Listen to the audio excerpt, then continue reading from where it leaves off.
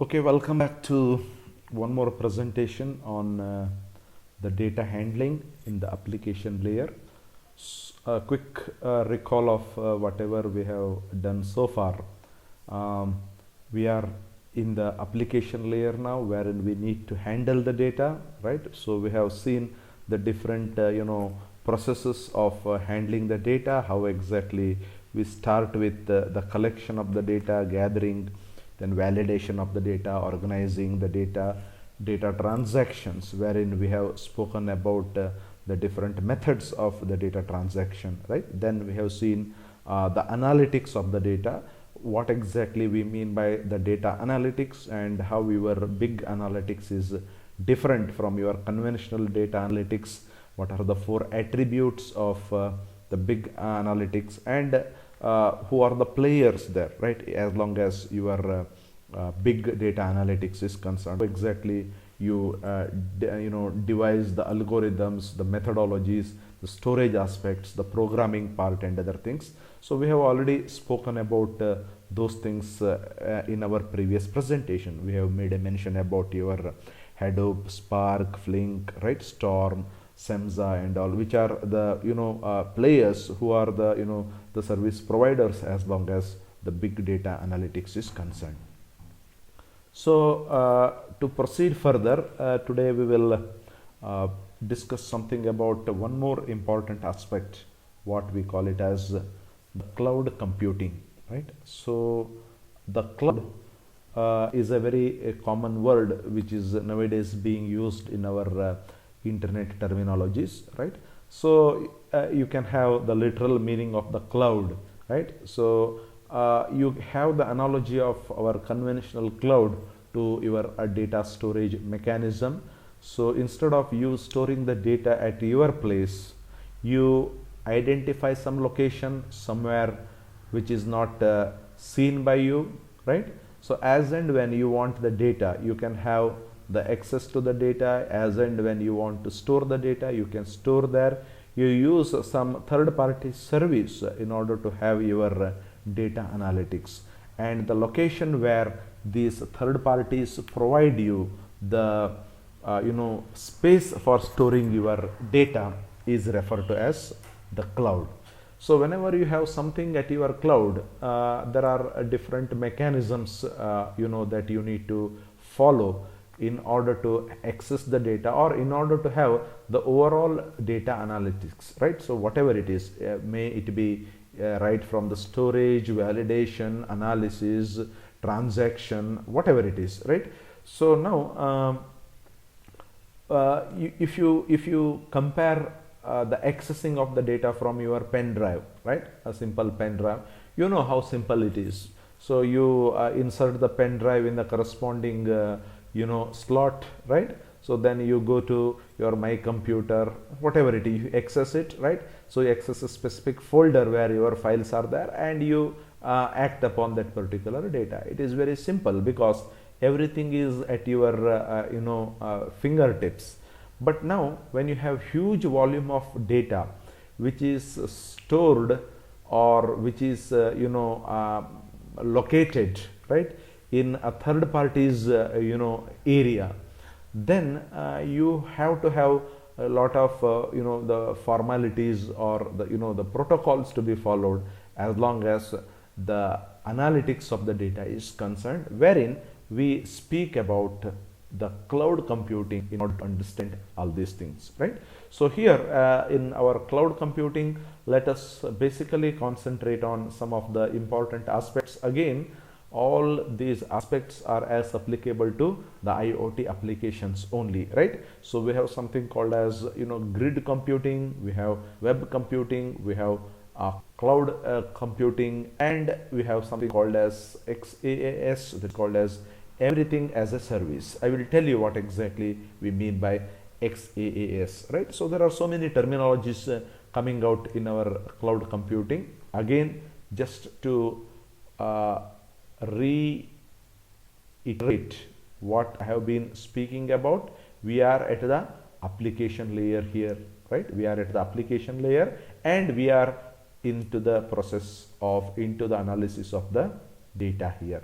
whenever I speak about the data, to store the data, to retrieve the data, we are using a third party service here, which is called as the cloud. So the computing, right, how exactly you will be able to take the data, you have to retrieve the data, you have to organize your data, they are all, you know, abide by certain rules and protocols. That's what we mean by the computing here, right? So some of the basic or important terminologies we will see here as long as the implementation of this cloud computing is concerned, right? So first thing is that what we generally come across in our cloud computing here is the resource, right? So this is one definition.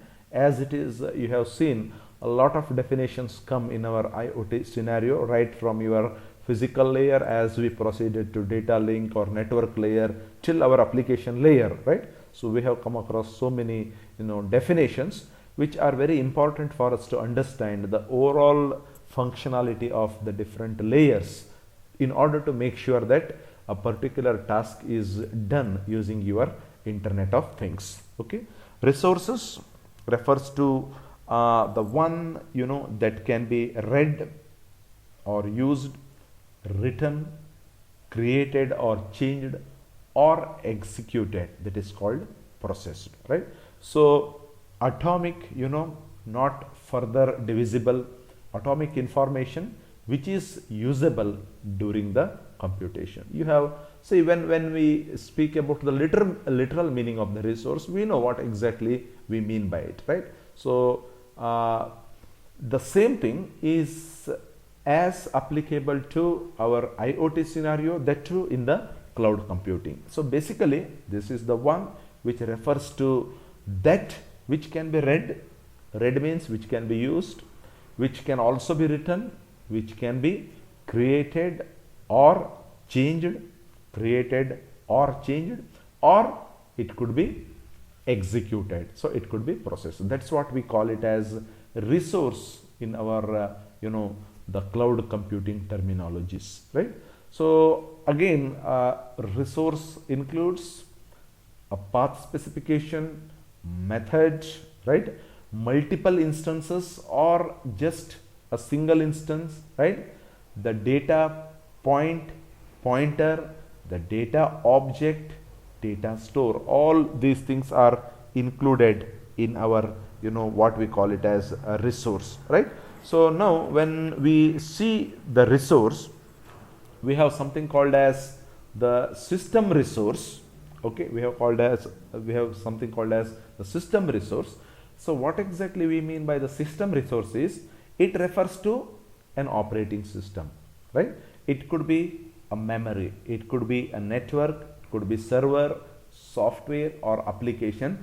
Please look at these things. Everything is very well known to us, but these things togetherly constitute our cloud computing in our later stages, right? Whenever we define the different you know, type of the computing, could it be web computing, edge computing, node computing, right? So all these terminologies will reappear. So therefore we have two types of things. One is the general resource, which could be, you know, as one which can be read, written or executed, or the second one is the system resource, which includes your operating system or memory or the network, server, software or application, right? So togetherly, could it be a general resource or the system resource?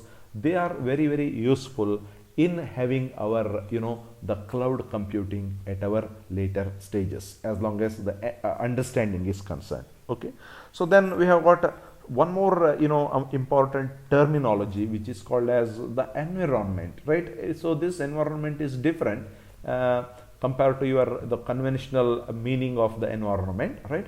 So it is the environment of programming or the program execution or both.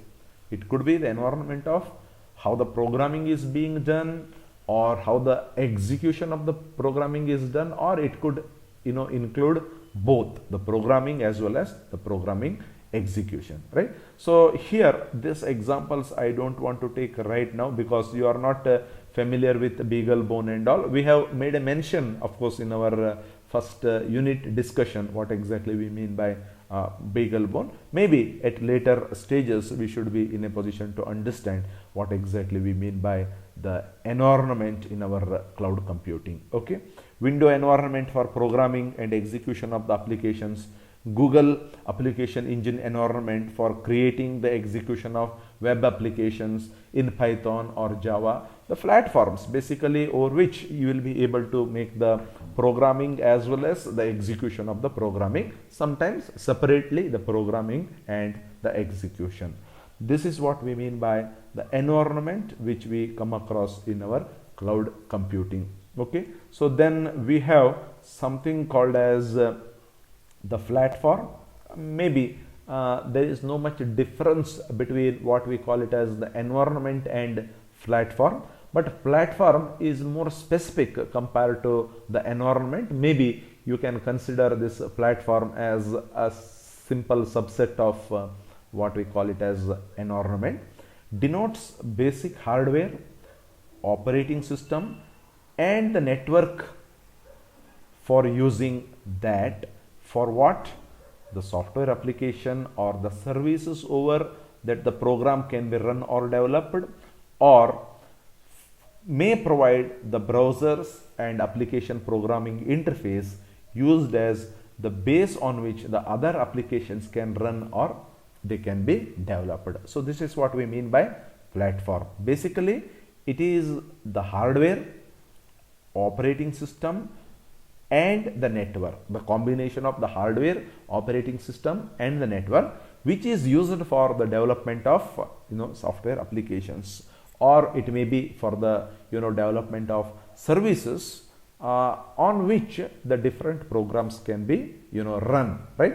And it may provide the browsers and application programming interfaces, right, used as the base on which the other applications can also be run or developed. This is what we call it as the platform. So which platform you are using for developing your application, you must have come across this kind of words. So that's what we mean, what exactly is the platform. Okay, then comes one more very important terminology, what we call it as edge computing. These are very, very important, especially when we speak about the the IoT applications, right? Edge computing, basically when we speak about the edge computing, it is a computing at the logical extremes of a network. What do you understand by a computing at the logical extremes of the network? Now, many examples I have given so far, as long as our IoT applications are concerned. We have spoken about measuring the different parameters from your sensors in a smart umbrella, or measuring the the different parameters related to the street light, right, using the smart sensors.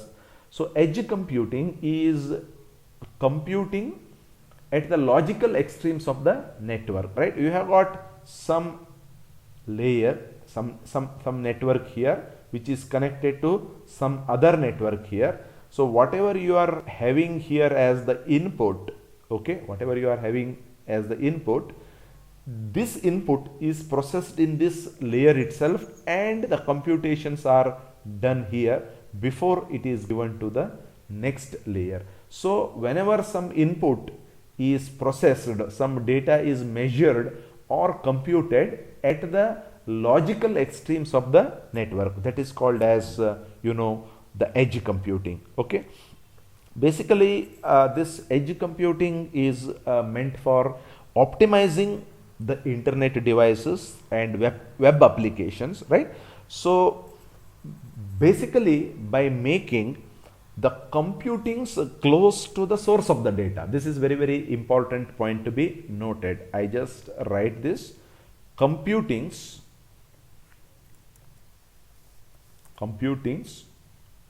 one second, I will go back. Computings made computings made closer to the source of data. This is a very, very important and striking point which has to be kept at the mind whenever we speak about the edge computing, and it is basically for optimizing internet services. What do you mean by the optimization of the internet services? Do not use the the internet services for all the kind of computing. Whatever is possible, depending upon the infrastructure that you have, depending upon the different facilities you have in terms of the smart sensors or any kind of devices at the basic level, perform the basic calculations or the computations there itself, so that you can have the internet services used not for the purpose of computing, for some other purposes for which it is actually intended for, right? So the computations made closer to the source of the data, and basically it is for the optimization of the internet services, right? So maybe you will reduce the latency, the data latency, right? We have already spoken about what is latency. The data latency is reduced, right? And you can have effective usage of bandwidth, right? So whenever you make the computations at the logical extremes of the particular network, instead of burdening the internet services, definitely the data latency is reduced, the delay in the communication is reduced, and you will also be able to have the proper usage of the available bandwidth, right? So this is one important aspect that which you can consider in the edge computing. And you can see a type of computing that pushes the frontier of computer applications, data and services away from the centralized nodes to the computing nodes or the data generating nodes. So this is also another way of defining what exactly we mean by edge computing. Whatever I have mentioned, the same thing is now being expressed here in a slightly different way. A type of computing that pushes the frontier of computer application or computing applications, data and service away from the centralized nodes to the computing nodes or the data generating nodes. Okay, so when we say that this is your edge computing, then the next terminology which we have to come across in our the cloud computing is called as distributed computing. So now basically you understand this term, the distributed computing. Instead of concentrating computing at a particular end or a particular node or at a particular entity, you make the computation distributed. All these things are interrelated to each other, right? Refers to the computing and usage of resources which are distributed, right? So at multiple environments over internet and can be considered as one computing system, location independent. So now in order to give one example for this, okay, so you will measure the parameters, right, located at different positions. Okay, you have something here, the gateway. Okay, so through these gateways you are making these things to connected to a bigger network, okay, wherein your computation and other mechanisms are located, right? So what you measure here, so this is 1, this is 2, this is 3, right? So you have the computations, the basic computations which are required to be done, right? So a summary kind of thing, rather than measuring and sending those things directly from here to here, right? You consolidate those things, right? You enrich, you consolidate the data and try to put that data in slightly enhanced manner or the version here, so that this data is sent to your central computing station. So now the central computing station will in this way be relieved from making the computations right from the scratch, right? So this is called as the distributed computing, right? You have got the different locations. Let us say that there is a municipality office, right? It has got the subdivisions, the different subdivisions. Okay, so in each subdivisions you have the data collected from the electricity bill, or it may be water bill or something like that, right? Instead of sending that raw data to the central office, right, you have the analysis of that, how much is collected, so how much is pending, how much is not collected from so many days. That consolidated information, if you are able to send to your central office here, right, so then the central station will be relieved from having the calculations which are to be done from the scratch pad. So this is what we generally refer to as the distributed computing.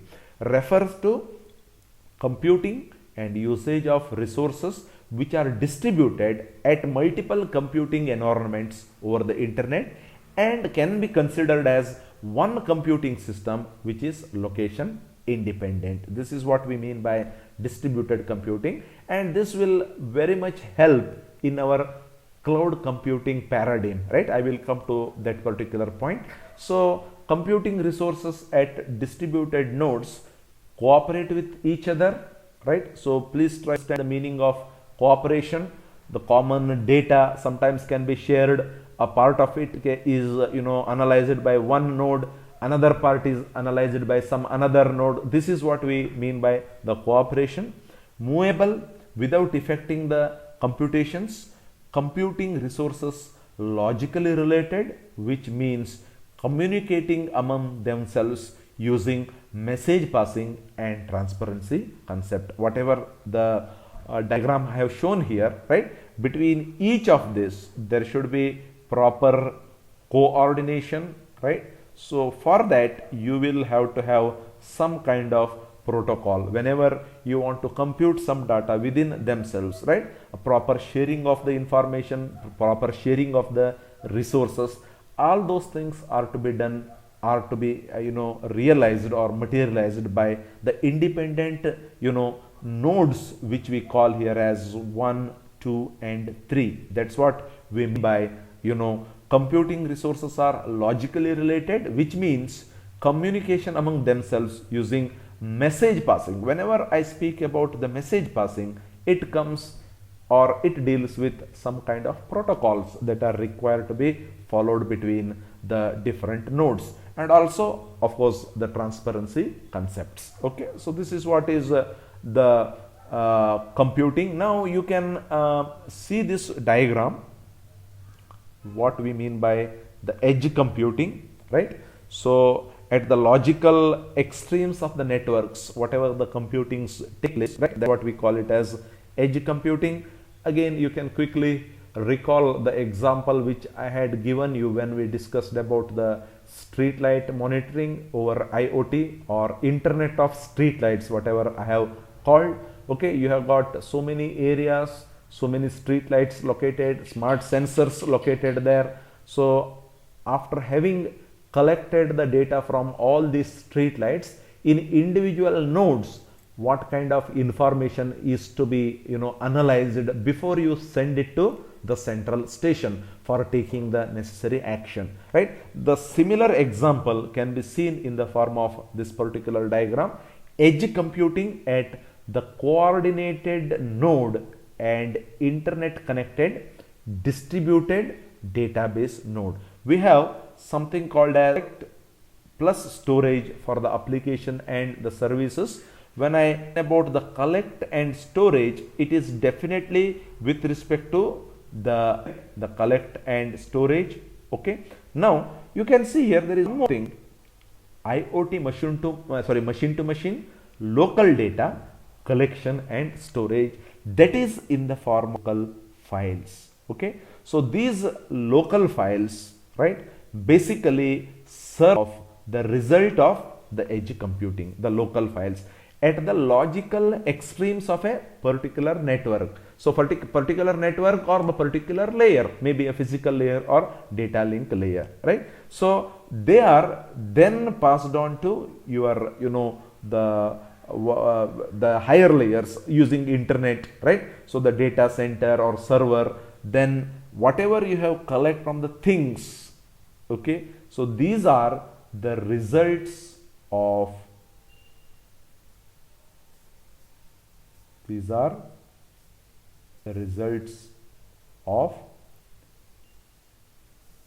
edge computing. Whatever you have here, these are the results of edge computing. And so when you have the local files here, okay, which are collected from the thing, these are the things here, because we are talking about the basic or the physical layer. When you have the local files which are collected from the things, now relieved your, the applications and services from accessing into the basic data. That is called as your edge computing. The computing which relieves your internet or your application service from making the complicated calculations or laborious, the data analysis, so that it is possible for you to bring the computings closer to the source of the data. The computings are done here and they are closer to the source of the data, and you can make use of the band, okay, whatever the bandwidth you have in your internet scenario in an effective manner, and you can also have the reduced latency. That's what edge computing at the coordinated node, and also the internet connected as well as distributed database node. Okay, this is one important terminology which you should look into, the edge computing. And of course we have already discussed about what exactly we mean by service, right? So as long as the IoT service example is concerned, now specific to an IoT application, home security, right, breach detection and management service, waste container substitution service, health alert service. So this example I had already given somewhere. Suppose you have got a container is 90% filled, okay, then you take a decision to replace it by one empty container or something like that. That is called as the service example as long as our IoT is concerned, right? Then comes the web service, okay. All these things are interrelated to each other, right? Your IoT invariably makes use of the web service, which we have already seen, right? So therefore, when I speak about web service, okay, I have to make a mention about some of the important, terminologies here. Web service, an application identified by one URI, okay. So you have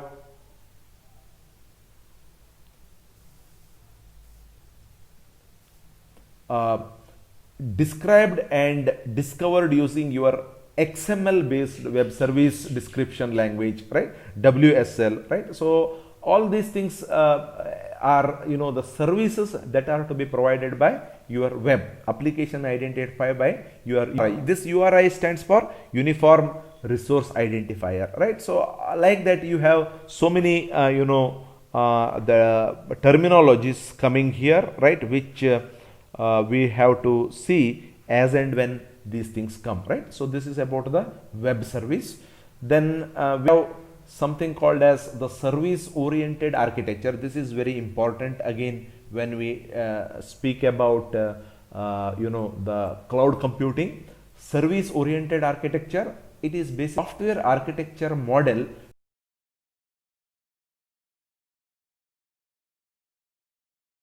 meaning a software architecture model which consists of services, messages, operations and processes.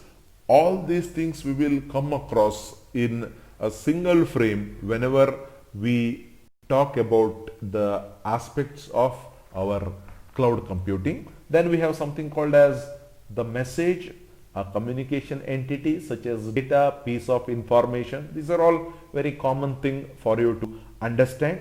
Then comes the next one, right? We have already spoken about the edge computing. Now we are coming across web computing. What exactly we mean by web computing? Please see here, refers to the computing which uses the resources at the computing environment of web servers or web services over internet.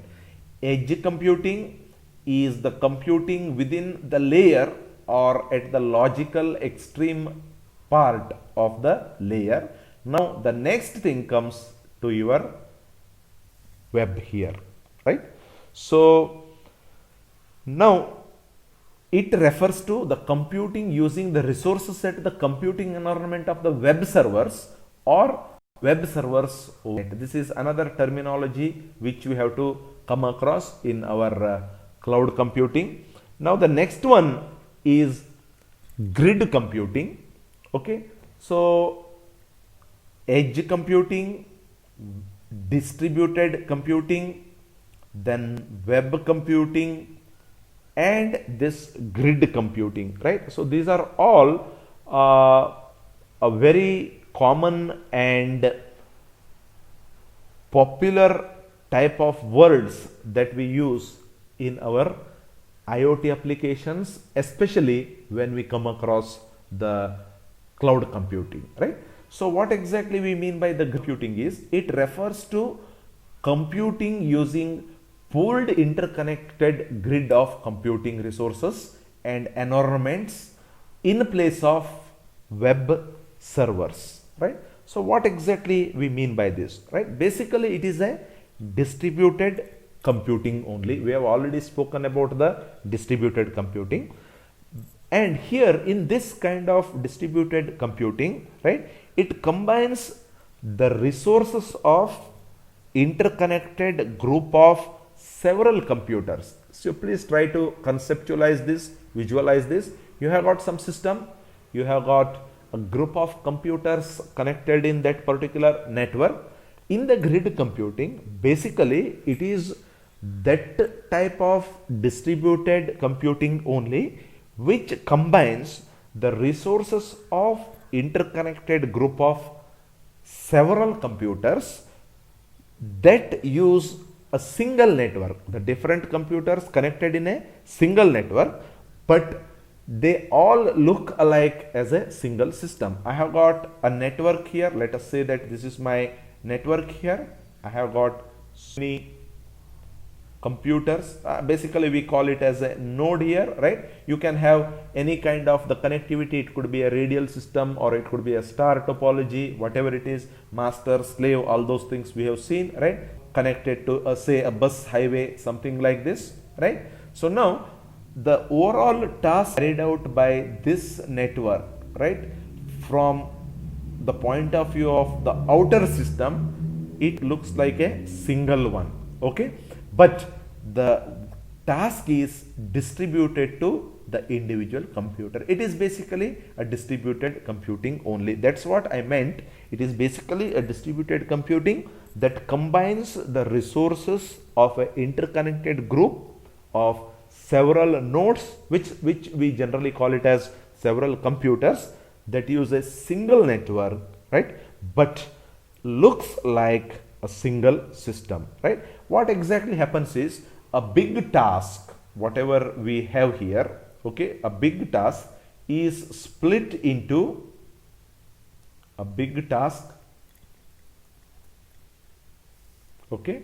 is split into several, one second, the big task is split into several smaller tasks. Okay, the big task is split into several smaller tasks and it is assigned to all the node computers. Big task is split into several smaller tasks and it is assigned to all the computers, right? So now the advantage here is, right, the task gets over in lesser time. This is a very important advantage of going for the grid computing, right? A big task is assigned as a smaller tasks, it is split down, fragmented, right, and assigned to the different nodes.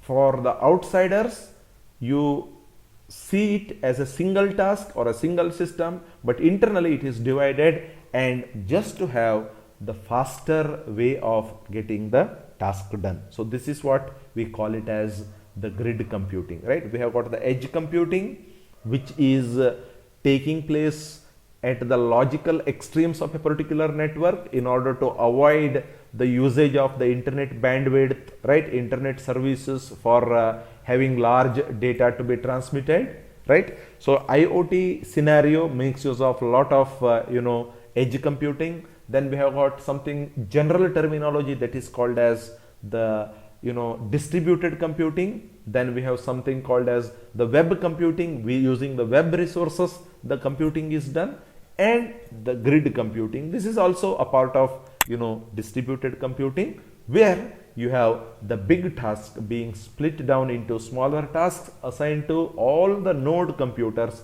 in a connected network, as if from the outside view you look like executing a single task, but the tasks take place at a faster rate than what they are supposed to be done by a single system, right? So these are some of the important terminologies that we need to understand before we proceed with the grid computing. So we have started from the system, then we have seen what exactly we mean by environment, what exactly we mean by a platform, then we have seen edge computing, what exactly we mean by distributed computing, what exactly we mean by service, web service, then we have seen the service oriented architecture, web computing, and finally we have seen what exactly we mean by grid computing. So these are very, very important things from the point of view of even examination and even from the point of view of understanding